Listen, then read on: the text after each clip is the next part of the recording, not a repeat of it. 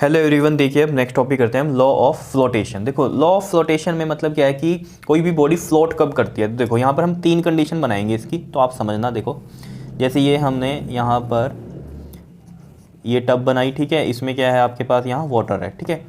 अब यहाँ पर हम एक लेते हैं इसमें कंडीशन क्या कि जो बॉडी है वो पूरी तरीके से डूब गई। मान लो ये जो बॉडी है वो यहाँ है, ठीक है। मतलब क्या है, वेट ऑफ द बॉडी ऐसे लग रहा होगा अगर हम ऐसे बनाए इसमें, ठीक है, और अब थ्रस्ट इसमें इस तरीके से लग रही होगी, ठीक। अब थ्रस्ट जो ऊपर की तरफ होगी, ठीक है। तो इस केस में जब ये बॉडी पूरी तरीके से डूब गई यानी कि सिंक हो गई, ठीक है, तो इस केस में हुआ क्या है, यानी कि अब थ्रस्ट जो है बहुत कम थी वेट ऑफ द बॉडी से। तो यानी कि हम यहाँ लिखेंगे क्या कि जो वेट है बॉडी का वो बहुत ज़्यादा है किससे, अब थ्रस्ट से, ठीक है। तो बॉडी क्या हुई, बॉडी क्या हो गई, सिंक हो गई। क्लियर है इतनी बात, ठीक है।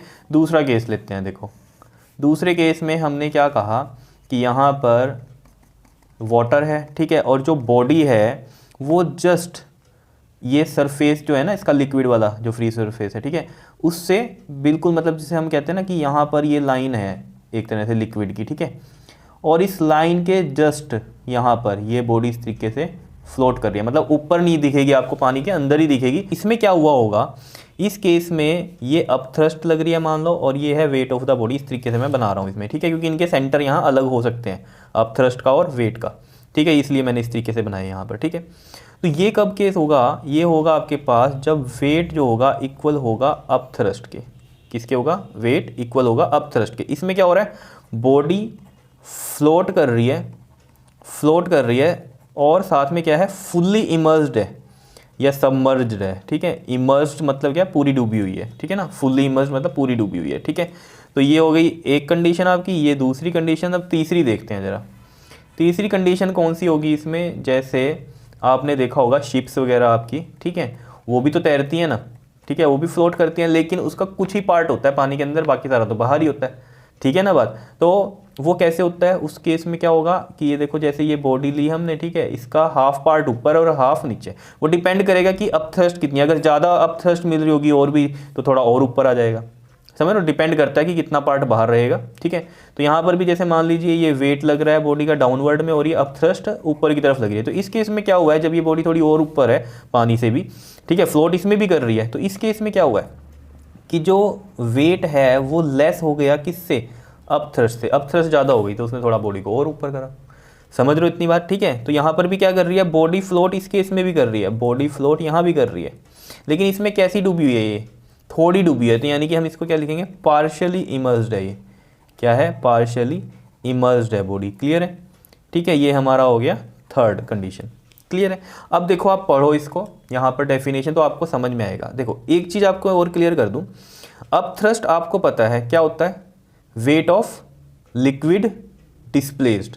याद आया, क्योंकि आप अप थ्रस्ट क्या बोलते थे, आप आर्किमिडीज में आपने पढ़ा था कि जो अप थ्रस्ट होती है वो किसके इक्वल होती है, जितना पानी डिस्प्लेस्ड हुआ उसके वेट के बराबर, अगर आपको याद हो, ठीक है ना। तो वही बात है। तो हम यहाँ पर जो डेफिनेशन हमने बना दी, अप थ्रस्ट की जगह हमने क्या लिख दिया, wait of the liquid displaced. वो क्या होती है, अप थ्रस्ट की होती है, आर्किमिडीज पढ़ लो पता चल जाएगा, ठीक है। तो यहाँ वही डेफिनेशन लिखी हुई है कि it states that a body will float in a liquid if the weight of the liquid displaced by immersed part of the body. मतलब क्या कह रहा है, वेट ऑफ द लिक्विड ये वाला अप थ्रस्ट की बात कर रहा है ये, ठीक है। Wait of the liquid displaced by immersed part कौन सा है, वो अप थ्रस्ट है। आपको बोला मैंने अप थ्रस्ट क्या है, wait of the liquid displaced, ठीक है ना। तो wait of the liquid displaced by immersed part मतलब जो डूबा हुआ है, ठीक है, जितना भी डूबा हुआ है पार्शली फुल्ली, ठीक है, immersed part of the body is equal to और ग्रेटर, इक्वल होगा या फिर ग्रेटर होगा किससे, वेट ऑफ द बॉडी के। यही लिखा हुआ है यहाँ पर। तो ये चीज़ समझ गए आपके, ठीक है। इमर्स्ड क्यों बोला यहाँ पर, क्योंकि पानी कितना डिस्प्लेस्ड होगा, जितना पानी जो ये डूबा हुआ है, मान लो ये पूरा डूबा हुआ है तो जितना इसका वॉल्यूम है उतना डिस्प्लेस्ड होगा वाटर। और मान लीजिए यहाँ पर ये कितना है, इतना है ये वाला, ठीक है ना। तो इतना वॉल्यूम ही क्या है, वाटर का डिस्प्लेस्ड हुआ है, तो इतने का ही वेट आएगा, समझ। और यहाँ पर इस पूरे के वॉल्यूम का वेट आएगा लिक्विड के। क्लियर हो रही है बात या नहीं बताओ, ठीक है। तो आपको ये चीज़ समझनी है कि जो इमर्स्ड पार्ट के ही बारे में ही वो बोलता है कि जो लिक्विड डिस्प्लेस्ड हुआ है इमर्स्ड पार्ट का, ठीक है ना, क्योंकि जितना कोई चीज़ डूबती है उतना ही पानी यहाँ से हटता है, ये चीज़ आपको पता है। तो उतना ही पानी यानी कि डिस्प्लेस्ड हुआ है, तो उसका वेट, और वो किसके इक्वल होता है, वेट ऑफ लिक्विड डिस्प्लेस्ड किसके इक्वल होता है, अपथ्रस्ट के। तो वो वाली बात यहाँ पर उसने कही है। तो इन बच्चे कन्फ्यूज हो जाते हैं कि यहाँ ये अपथ्रस्ट तो आया ही नहीं। तो अपथ्रस्ट ही क्या है, wait of the liquid displaced, ये आर्किमिडीज में हमने पढ़ा था। क्लियर है इतनी बात या नहीं बताओ, ठीक है। अब ये तो चीज़ हो गई, किसकी कंडीशन हो गई कि हम वेट ऑफ द बॉडी और अपथ्रस्ट या wait of the liquid displaced के बारे में हम ये बात कर रहे थे, ठीक है। अब अगर डेंसिटी की बात आ जाए, मान लीजिए जो ये लिक्विड है इसकी डेंसिटी रो है, ठीक है, और ये जो बॉडी है इसकी डेंसिटी क्या मान लेते हैं हम, सिग्मा मान लेते हैं, जो ये बॉडी है, ठीक है, इस तरीके से, ताकि ये थोड़ा सा अलग अलग लगे, ठीक है। तो डेंसिटी का अगर हम बात करें, डेंसिटी के केस में कोई भी बॉडी कब डूब जाती है, पूरी तरीके से सिंक कब करेगी, जब डेंसिटी बॉडी की क्या हो, बहुत ज़्यादा हो, किसकी डेंसिटी से, लिक्विड की डेंसिटी से। मतलब कोई भी बॉडी कब तैरेगी, जब उसकी डेंसिटी क्या हो, उस लिक्विड से या तो कम हो या उसके इक्वल हो, ठीक है। अगर उसकी डेंसिटी बॉडी की ज़्यादा हो गई डेंसिटी ऑफ लिक्विड से, तो क्या होगा, वो सिंक कर जाएगी, डूब जाएगी, ठीक है। क्लियर है इतनी बात। तो यहाँ पर देखो जरा, हम यहाँ पर कंडीशन इसी में लगाते हैं, इस वाली में। इस केस में क्या हो रहा है आपके पास, यहाँ ये जो सिग्मा है, सिग्मा यानी कि क्या है, डेंसिटी ऑफ बॉडी क्या है, ग्रेटर है किससे, डेंसिटी ऑफ लिक्विड से। मैं यहाँ लिख देता हूँ, सिग्मा क्या है, डेंसिटी ऑफ बॉडी, और जो यहाँ पर रो है वो क्या है, डेंसिटी ऑफ लिक्विड है, ठीक है। अब जब ये फुल्ली इमर्स्ड है, ये केस कौन सा है, जब क्या होगा आपके पास, डेंसिटी ऑफ बॉडी इक्वल हो जाएगी डेंसिटी ऑफ लिक्विड के। और जब ये पार्शली इमर्स्ड होगा, समझ रहे हो, फ्लोट तो इन दोनों केस में कर रहा है, लेकिन यहाँ फुल्ली इमर्स्ड है, यहाँ पार्शली है, तो ये केस कौन सा होगा बताओ। जैसे शिप्स का मैंने आपको बताया थोड़ी बाहर रहती है, ठीक है। तो यानी कि क्या है कि जो डेंसिटी है बॉडी की, वो क्या होगी, लेस होगी किससे, डेंसिटी ऑफ लिक्विड से। यानी कि डेंसिटी ऑफ लिक्विड ज़्यादा होगी डेंसिटी ऑफ बॉडी से, तब वो क्या करेगी, पार्शली इमर्स्ड रहेगी। फ्लोट दोनों केस में करती है। क्लियर है इतनी बात, बताओ कोई दिक्कत, क्लियर है, ठीक है। तो ये चीज़ आपको क्या है, थोड़ा सा ध्यान में रखनी है। क्लियर। आगे हम बात करते हैं, देखो ये तो हमने यही लिख रखा है कि in terms of density a body will float in a liquid if density of liquid is equal to और greater than the density of body. Clear है इतनी बात, बताओ कोई दिक्कत इसमें, ठीक है। अब हम बात करते हैं एग्जाम्पल्स की फ्लोटिंग बॉडी की। तो देखो जरा, सबसे पहला एग्जाम्पल क्या है कि ship is made of steel and its interior is made hollow by giving it a concave shape. देखो उसका जो इंटीरियर है वो होलो किया जाता है और कनकेव शेप में ऐसे बनाया जाता है। आपने देखी होगी जो शिप्स होती है ना, ऐसी होती हैं, ऐसी, ये ऐसी होती है, ये कनकेव शेप में ये चीज़ होती है, ठीक है ना, इस तरीके से, समझ रहे हो।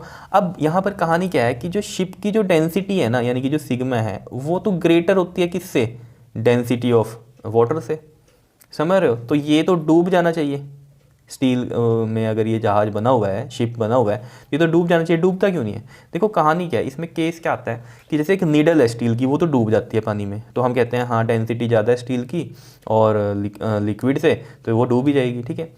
लेकिन जब हम बात करते हैं कि शिप भी तो इसी का बनाया है, वो क्यों नहीं डूबता, तो वो क्यों नहीं डूब रहा, क्योंकि आपने क्या किया, इसकी बनावट इस तरीके से की कि इसका जो वॉल्यूम है वो बढ़ा दिया, समझ रहे हो। तो जो वॉल्यूम जब बढ़ेगा, देखो जो आपकी डेंसिटी होती है वो क्या होता है, मास अपॉन में वॉल्यूम। तो वॉल्यूम जब बढ़ जाता है ना, बहुत ज़्यादा वॉल्यूम इसका बढ़ा दोगे तो डेंसिटी क्या हो जाती है, घट जाती है। तो डेंसिटी इस केस में कम हो जाती है वाटर से, तो वो फ्लोट करता है। एक और इसमें कंडीशन आप ले सकते हो, क्या ले सकते हो, ये चीज़ तो हो गई डेंसिटी से, ठीक है। दूसरा क्या लेते हो आप कि अभी आपने पढ़ा कि बॉडी जो होगी वो फ्लोट कब करेगी, जब wait of the body equal होगी किसके, wait of the liquid displaced यानी कि अपथ्रस्ट के, ठीक है ना। ये हम क्या बोल सकते हैं इसको, वेट ऑफ लिक्विड डिस्प्लेस्ड, ठीक है।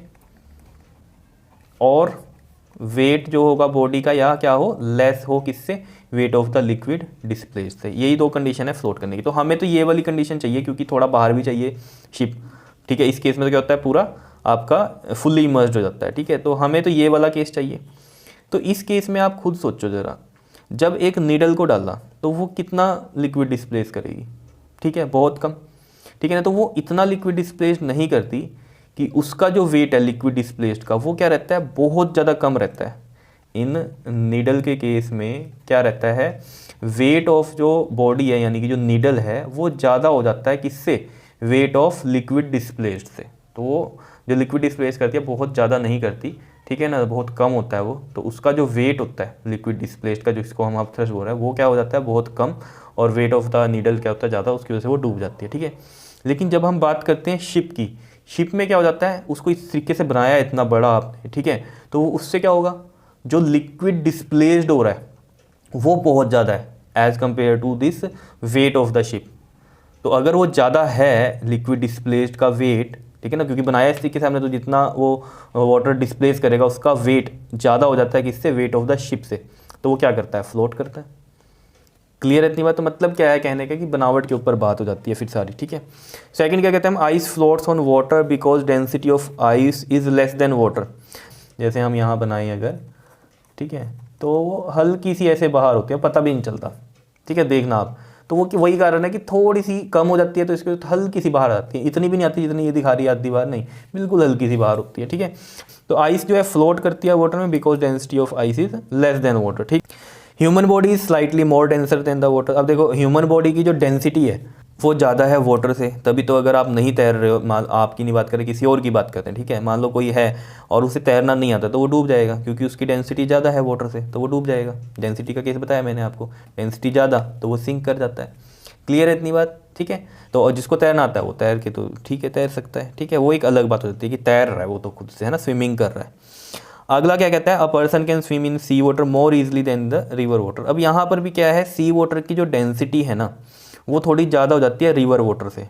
ठीक है, तो उसकी वजह से क्या होता है कि जब सी वाटर की हम कह रहे हैं ज़्यादा है रिवर वाटर से, तो एक जो इंसान है वो एक रिवर में तैर रहा है और एक सी में तैर रहा है। ठीक है, तो उसको ईजी होगा तैरना किस में, सी वाटर में। क्यों?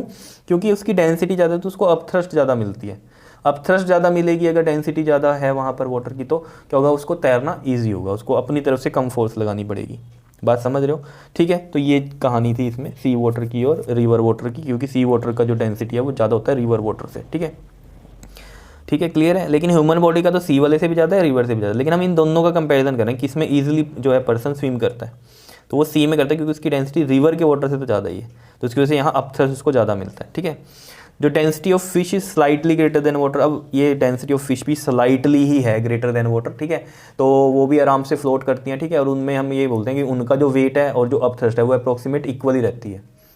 ठीक है, तो इसीलिए कहा अप्रोक्सीमेट इक्वल, क्योंकि स्लाइटली बिल्कुल ही थोड़ी सी ज़्यादा होती है डेंसिटी। ठीक है, और जैसे जब वो सोती हैं ना, फिशेस जब सोती हैं, ठीक है, तब भी वो फ्लोट करेंगी, अगर वो कहीं पर अपने आप को नहीं अटका रही हैं तो भी वो फ्लोट करती हैं सोती हुई भी। तो इसीलिए फिशेस क्या करती हैं, तो किसी मड में चल जाती हैं, उसमें रिवर में या सी में, ठीक है, मड में ऐसे घुस जाएंगी अंदर। ठीक है, या कहीं जैसे झाड़ियाँ वगैरह होंगी पानी में अंदर, ठीक है, वहाँ पर घुस जाएंगी। ठीक है, तो उस तरीके से फिर वो अपना सोने का इंतजाम करती हैं। ठीक है, नहीं तो वो क्या होंगी, सोते हुए भी तैरेंगी, जैसे मैंने आपको बताया कि बहुत ही स्लाइटली ज़्यादा होती है। ठीक है ना, तो अप्रोक्सीमेट वो इक्वल के इक्वल मान के चलते हैं, तो वो फ्लोट करती रहती है। ठीक है, अब देखो नेक्स्ट हम करते हैं यहाँ पर fractional submerged volume of floating body. ठीक है, तो एक टॉपिक है आपके पास, तो मैं यहाँ पर आपको करा देता हूँ। देखो हम यहाँ पर केस कौन सा ले लेते हैं कि जब बॉडी जस्ट फ्लोट करती है। जस्ट फ्लोट के केस में क्या कहते हैं हम कि जो वेट ऑफ द बॉडी है वो इक्वल हो जाता है किसके, अपथ्रस्ट के। ठीक है, तो हम यहाँ लिख लेते हैं ये चीज़ क्या, कि when a body just floats, when a body just floats, या इक्विलिब्रियम का कहीं भी केस आ जाए तो अब आपने यही लेके चलना है। क्या होता है वो, wait of the body equal ले लेना है किसके, अपथ्रस्ट के, या अपथ्रस्ट को हम क्या बोलते हैं, वेट ऑफ लिक्विड डिस्प्लेस्ड। ठीक है ना, एक ही बात है, डिस्प्लेस्ड। क्लियर, इसको हम क्या बोल देते हैं, अपथ्रस्ट भी बोल देते हैं। ठीक है, तो वेट ऑफ द बॉडी मान लीजिए mg है। ठीक है, और wait of the liquid displaced यानी कि क्या है, अपथ्रस्ट का फॉर्मूला आपको पता ही है क्या होता है, v रो g। यहाँ पर ये मैं v जो है ये वाला, ठीक है, इसको v डैश लिख रहा हूँ। क्यों लिख रहा हूँ अभी बताऊँगा आपको। तो v डैश यहाँ पर क्या होगा आपके पास, वॉल्यूम ऑफ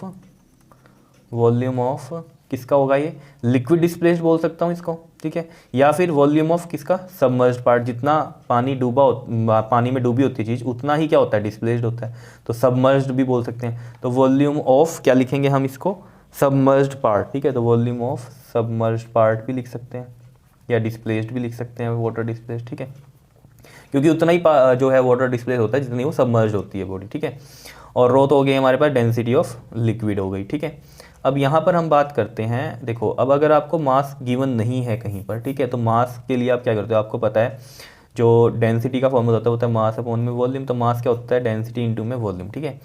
तो वॉल्यूम हम इसका v लिख लेते हैं, वॉल्यूम ऑफ द बॉडी, और डेंसिटी हम इसमें सिग्मा से लिख लेते हैं, ठीक है। तो मैं लिख लेता हूँ यहाँ पर v क्या है इसमें, वॉल्यूम ऑफ बॉडी, ठीक है, क्लियर है, टोटल वॉल्यूम है ये आपके पास, ठीक है। और जो यहाँ सिग्मा है ये क्या है आपके पास, डेंसिटी ऑफ बॉडी, क्लियर। और आपने ये लिखना है तो लिख लो, यहाँ पर रो क्या है आपके पास, डेंसिटी ऑफ लिक्विड है, क्लियर। बताओ कोई दिक्कत इसमें। अब देखो यहाँ ये g है और ये क्या है v डैश रो और ये g, ठीक है। g से तो g कट गया यहाँ पर, ठीक। तो यहाँ पर देखो जरा आप, ये v डैश है और ये v यहाँ आ जाएगा, और ये सिग्मा है और ये क्या लिख देंगे हम, रो लिख देंगे। या फिर इसको ऐसे भी करके लिख सकता हूँ मैं, v dash by v sigma by rho, इस तरीके से, ठीक है। तो यहाँ पर आप लिख सकते हो, ये फ्रैक्शनली आ गया आपके पास।